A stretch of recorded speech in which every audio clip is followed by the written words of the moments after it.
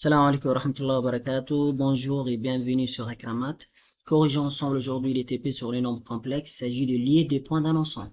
Donc sûrement vous avez déjà lu les TP, donc faisons la partie pratique. Saisir l'expression de f de z. F de z, c'est z divisé par z moins 3 plus i. Donc comment j'ai saisi l'expression sur xcase? Donc on vient sur xcase, je mets f de z 2 points égales. 2 points égales, c'est très important. Si vous ne le mettez pas, ça sera faux. Alors là, j'ai z divisé par, au dénominateur, il y a 3 chiffres. Donc, je mets entre parenthèses z moins 3 plus i. Je ferme la parenthèse et je valide. Il faut qu'il y ait ici success complet. Alors après, ils vous disent, déterminer la forme algébrique des f de 2 plus i, f de 6 moins 2i, et ainsi de suite. Donc, je reviens sur xk, je mets f de 2 plus i. Je valide et là je trouve moins i. De même pour le reste, je f de 6 moins 2i. Je valide, je trouve 2 et ainsi de suite. Puis interpréter. Interpréter, ça veut dire, c'est que vous venez de trouver ici. Est-ce que c'est des imaginaires purs ou bien de réels? Donc là, on voit bien, on notera l'ensemble de points M d'affixe Z pour lesquels grand Z est un réel.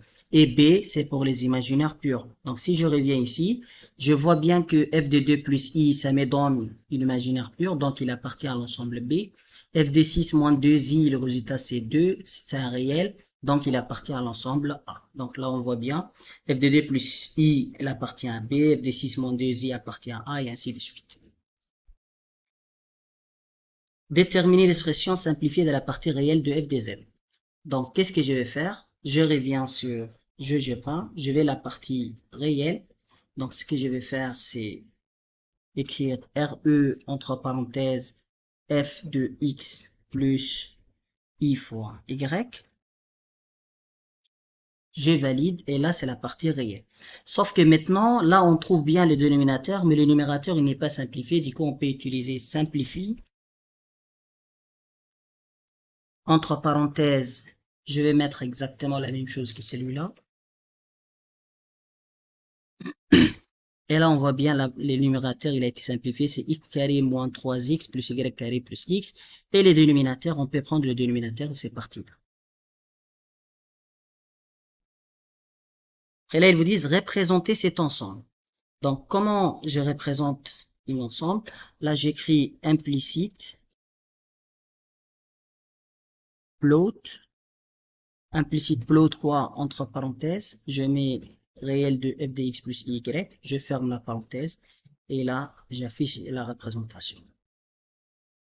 Donc là ils vous disent cet ensemble est-ce qu'elle correspond à A, B ou bien un autre ensemble. Donc ce qu'on vient de représenter maintenant c'est la partie réelle. Donc en quelque sorte on était en train de résoudre la partie réelle égale à 0. Mais si la partie réelle égale à 0, qu'est-ce qui va rester? C'est la partie imaginaire. Et comme la partie imaginaire c'est l'ensemble B, du coup cet ensemble là il correspond à l'ensemble B. Voilà. Je reviens. On va faire exactement la même chose pour la partie imaginaire. Donc je reviens sur xcase.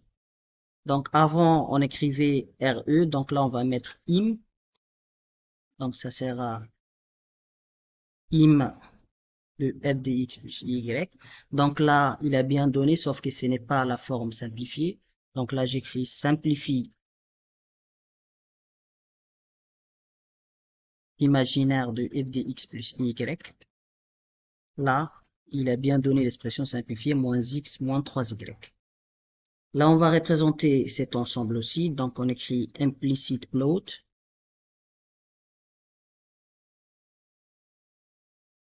C'est pas la partie réelle, donc c'est la partie imaginaire. Et là, vous voyez bien, c'est une droite. Donc, la question suivante, c'est quel ensemble il correspond. Donc, on était en train de résoudre la partie imaginaire vaut 0. Donc, qu'est-ce qui va rester? C'est la partie réelle. Et la partie réelle, c'est l'ensemble A. Donc, ce qui reste maintenant, c'est la partie démonstration. C'est à faire en classe. CTP est terminé.